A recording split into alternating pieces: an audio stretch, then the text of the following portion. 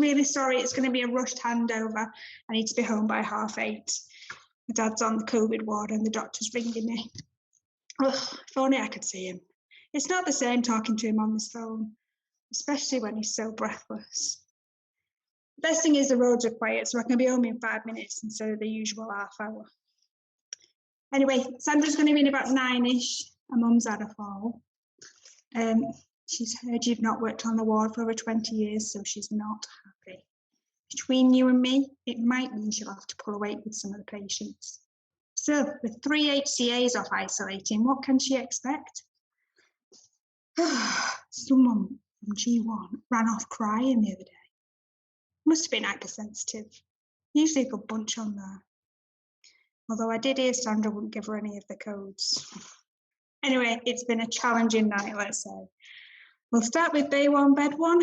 Patrick, 55, no fixed abode.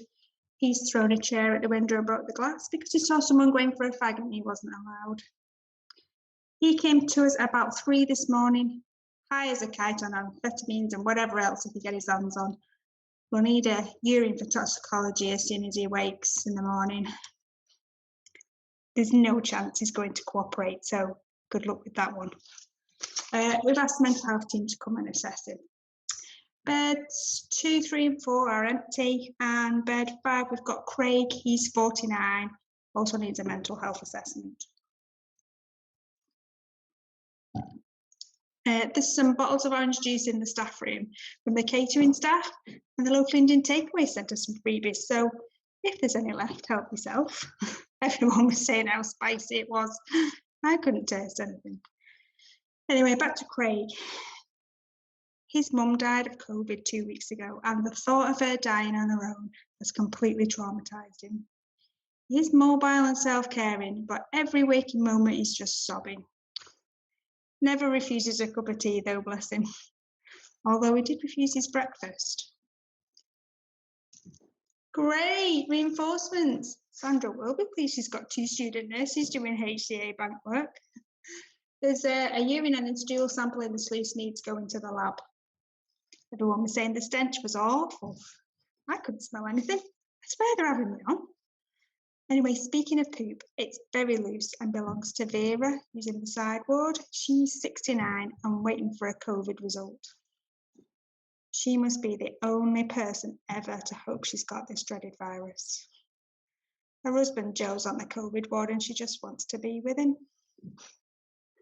I said to my other half only last week to go and stay at his mum's. He turned to me and said, Cheryl, if we're going to get COVID, we'll get it together. I said, there's 6 years we've been together. I think that's the first time we've been romantic.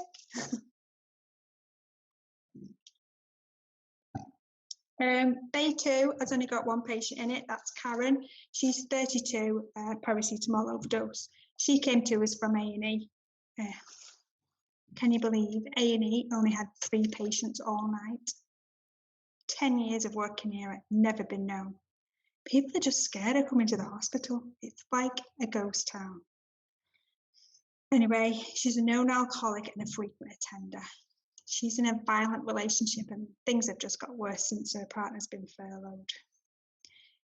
She's refused victim support and just keeps going back to him.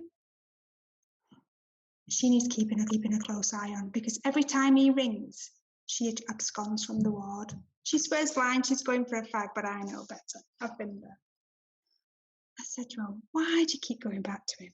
No, it's none of my business. She said, you're right, Cheryl, it is none of your business. What can you do? Oh, if you do go in the kitchen, make sure you take your mask and your pinnies off. Otherwise, Sandra will go mad.